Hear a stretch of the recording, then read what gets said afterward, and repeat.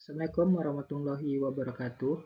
Perkenalkan, nama saya Owen, mahasiswa Politeknik Negeri Sambas, Prodi Akuntansi Sektor Publik, kelas 2A. Pada video ini saya akan membahas tentang keuangan negara, khususnya mengenai permaknaan dasar, ruang lingkup pengelolaan, hingga kebijakan moneter dalam keuangan negara. Materi ini penting karena keuangan negara berkaitan langsung dengan bagaimana pemerintahan mengelola penerimaan, pengeluaran, dan pembiayaan negara untuk mencapai tujuan pembangunan dan kesejahteraan masyarakat. Melalui video ini, kita juga akan memahami siapa saja yang terlibat dalam pengelolaan keuangan negara, serta perubahan paradigma pengelolaannya di Indonesia. Oke, di sini dijelaskan pengertian keuangan negara menurut Undang-Undang Nomor 17 Tahun 2003. Keuangan negara adalah semua hak dan kewajiban negara yang dapat dinilai dengan uang, termasuk segala sesuatu berupa uang maupun barang yang dapat dijadikan milik negara terkait pelaksanaan hak dan kewajiban tersebut. Artinya, keuangan negara tidak hanya berbentuk uang tunai, tetapi juga mencakup aset, barang, dan seluruh kegiatan yang berhubungan dengan pengelolaan keuangan pemerintah. Dengan adanya pengelolaan keuangan negara, pemerintah dapat menjalankan tugasnya seperti pembangunan, pelayanan masyarakat, pendidikan, kesehatan, dan berbagai kebutuhan negara lainnya. Oke, di sini pengertian keuangan negara jika dilihat dari beberapa sisi. Yang pertama adalah dari sisi objek, yaitu mencakup seluruh hak dan kewajiban negara, termasuk kebijakan fiskal, moneter, serta pengelolaan kekayaan negara. Artinya, sisi objek lebih berfokus pada apa saja yang termasuk ke dalam ruang lingkup keuangan negara, baik berupa penerimaan, pengeluaran, maupun aset yang dimiliki negara. Oke, selanjutnya dari sisi subjek. Keuangan negara dilihat berdasarkan pihak-pihak yang mengelola atau berkaitan dengan keuangan negara. Pihak tersebut meliputi pemerintah pusat, pemerintah daerah, perusahaan negara atau daerah, serta badan lain yang memiliki hubungan dengan keuangan negara. Artinya, pengelolaan keuangan negara tidak hanya dilakukan oleh pemerintah pusat saja, tetapi juga melibatkan pemerintah daerah, perusahaan milik negara atau daerah, serta lembaga lain yang berhubungan dengan keuangan negara. Dalam menjalankan tugas dan tanggung jawabnya dari sisi proses, keuangan negara mencakup seluruh tahap pengelolaan keuangan, mulai dari kebijakan, perencanaan, terus penganggaran, pelaksanaan, sampai pertanggungjawaban. Artinya, keuangan negara memiliki proses yang terstruktur agar pengelolaannya dapat berjalan dengan baik dan dapat dipertanggungjawabkan. Oke, yang terakhir dari sisi tujuan. Keuangan negara digunakan dalam rangka penyelenggaraan pemerintah negara untuk mencapai tujuan bernegara. Artinya, pengelolaan keuangan negara dilakukan untuk mendukung pembangunan, pelayanan masyarakat, serta meningkatkan kesejahteraan rakyat. Oke, sekarang kita lanjut ke ruang lingkup keuangan negara menurut Undang-Undang Nomor 17 Tahun 2003. Yang pertama, yaitu hak negara untuk memungut pajak, mengeluarkan dan mengedarkan uang, serta melakukan pinjaman. Artinya, negara memiliki kewenangan untuk memperoleh sumber dana dan mengatur peredaran uang demi kebutuhan pembangunan dan jalannya pemerintahan. Terus yang kedua, kewajiban negara untuk menyelenggarakan layanan umum pemerintah dan membayar tagihan pihak ketiga. Artinya, negara bertanggung jawab memberikan pelayanan kepada masyarakat, serta memenuhi kewajiban pembayaran yang dimiliki pemerintah. Terus yang ketiga yaitu penerimaan negara, artinya seluruh pemasukan yang diterima negara dari berbagai sumber akan digunakan untuk membiayai kebutuhan negara dan pembangunan. Dan yang keempat yaitu pengeluaran daerah, artinya dana yang dikeluarkan oleh pemerintah daerah digunakan untuk menjalankan pemerintahan daerah dan pelayanan kepada masyarakat. Terus yang kelima, ada yaitu penerimaan daerah. Artinya seluruh pemasukan yang diterima pemerintah daerah digunakan untuk membiayai kebutuhan dan pembangunan di daerah masing-masing. Terus yang keenam ada pengeluaran daerah, artinya dana yang dikeluarkan pemerintah daerah digunakan untuk menjalankan kegiatan pemerintahan serta pelayanan kepada masyarakat di daerah tersebut. Terus, dan yang ketujuh, yaitu kekayaan negara atau daerah yang dikelola sendiri maupun pihak lain seperti uang, surat berharga, piutang, barang, dan hak lainnya yang dapat dinilai dengan uang. Artinya, seluruh aset tersebut termasuk bagian dari keuangan negara karena memiliki nilai ekonomi yang digunakan untuk kepentingan negara.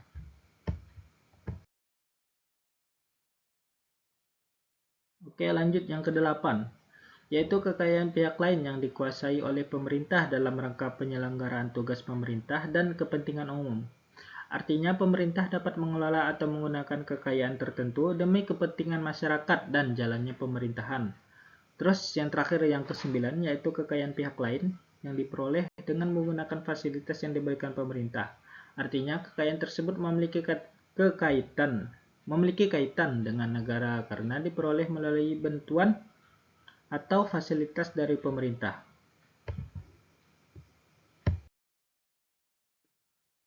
Oke, sekarang kita masuk ke lingkup keuangan negara. Nah, lingkup keuangan negara di sini dibagi menjadi 3 bagian utama, yaitu penerimaan, pengeluaran, pembiayaan. Ketiga bagian ini saling berkaitan dalam pengelolaan keuangan negara untuk mendukung jalan pemerintahan dan pembangunan.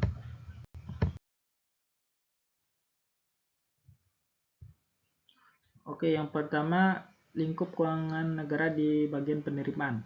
Pada bagian penerimaan ini, keuangan negara mencakup proses memperoleh pendapatan yang dilakukan oleh pemerintah pusat maupun daerah. Penerimaan negara adalah seluruh uang yang masuk ke kas negara, sedangkan pendapatan negara merupakan hak pemerintah yang diakui sebagai penambahan kekayaan bersih negara.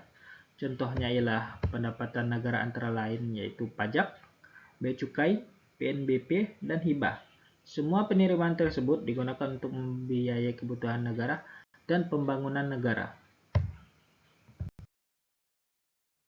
Oke, selanjutnya di bagian pengeluaran. Keuangan negara mencakup seluruh aspek pengeluaran atau belanja negara yang dilakukan oleh pemerintah pusat maupun daerah.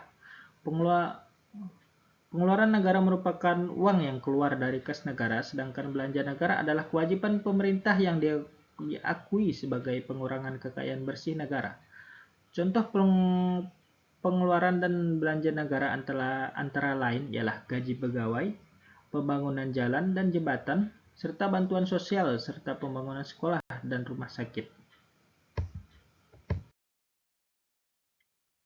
Oke, selanjutnya pada bagian pembiayaan. Keuangan negara juga mencakup pembiayaan yang dilakukan oleh pemerintah pusat maupun daerah. Pembiayaan adalah setiap penerimaan yang harus dibayarkan kembali dan pengeluaran yang akan diterima kembali, baik pada tahun anggaran berjalan maupun tahun berikutnya. Pembiayaan juga berkaitan dengan utang, piutang negara. Contoh pembiayaan negara antara lain ialah pinjaman luar negeri, pinjaman dalam negeri, terus penerbitan obligasi negara, dan penggunaan saldo anggaran lebih atau disingkat SAL. Nah, sekarang kita masuk ke bidang keuangan negara. Pada bidang keuangan negara ini dibagi menjadi 3 bagian utama. Yang pertama ada subbidang pengelolaan fiskal, yaitu penerimaan dan pengeluaran yang dikelola oleh pemerintah baik pusat maupun daerah.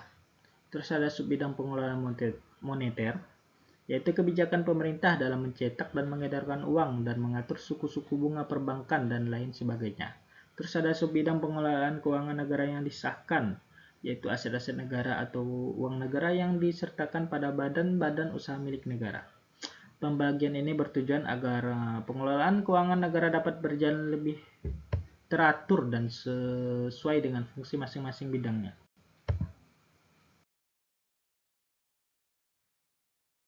Oke, di sini terkait pemegang kekuasaan pengelolaan keuangan negara.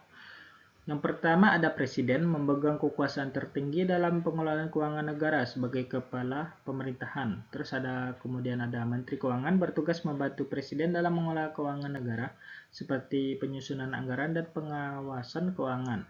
Selanjutnya ada menteri atau pimpinan lembaga bertanggung jawab mengelola anggaran di kementerian atau lembaga masing-masing. Dan terus ada untuk daerah, ada gubernur, bupati atau wali kota selaku kepala pemerintahan daerah sebagai pengelolaan keuangan daerah sesuai wilayah pemerintahannya. Oke, di sini adalah undang-undang yang mengatur kebijakan moneter. Pasal yang mengatur tentang kebijakan moneter ialah yang paling utama adalah pasal 23 tahun 1959. Ini adalah landasan hukum untuk utama yang memberikan independensi kepada Bank Indonesia untuk menetapkan dan melakukan kebijakan moneter. Tujuannya ialah untuk mencapai dan memelihara kestabilan nilai rupiah baik terhadap barang dan jasa maupun mata uang asing. Terus fungsinya ialah untuk mengatur jumlah uang yang beredar, menetapkan sasaran moneter dengan memperhatikan sasaran laju inflasi, dan melakukan pengendalian moneter. Terus di sini ada bagian-bagian subjek pengelolaan keuangan negara. Di sini ada bagian pemerintah, itu ada pemerintah pusat, pemerintah provinsi, dan pemerintah kabupaten.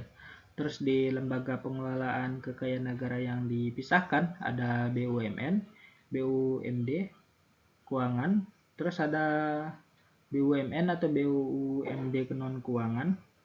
Terus di bawah BUMN itu ada lembaga BUMN atau BUMD keuangan itu ada lembaga moneter, terus lembaga non moneter.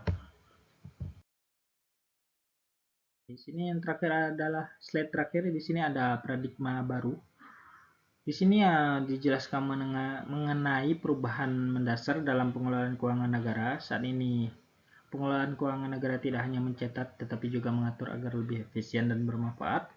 Hal ini ditunjukkan dengan adanya paradigma baru, yaitu dari financial administration menjadi financial management. Artinya pengelolaan keuangan negara tidak lagi hanya berfokus pada administrasi dan pencatatan, tetapi juga pada bagaimana keuangan tersebut dikelola secara efektif untuk mencapai tujuan negara.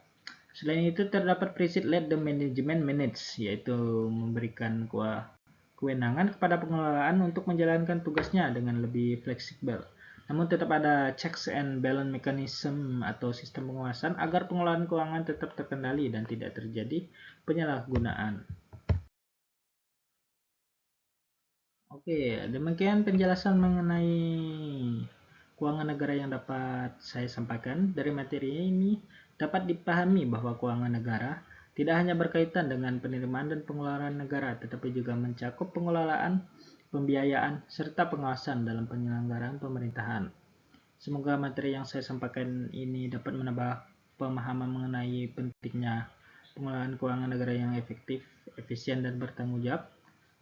Dan terima kasih telah menonton.